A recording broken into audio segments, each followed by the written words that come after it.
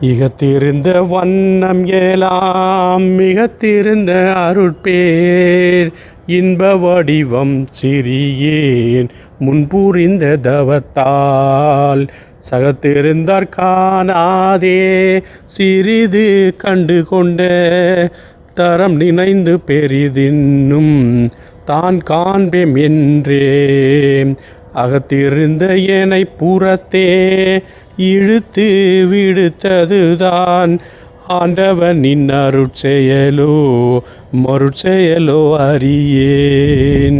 ஆண்டவனின் அருட்செயலோ மருட்செயலோ அறியேன்.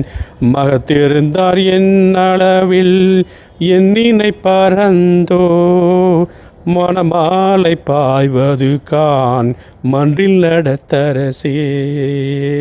மணமாலை பாய்வதுதான்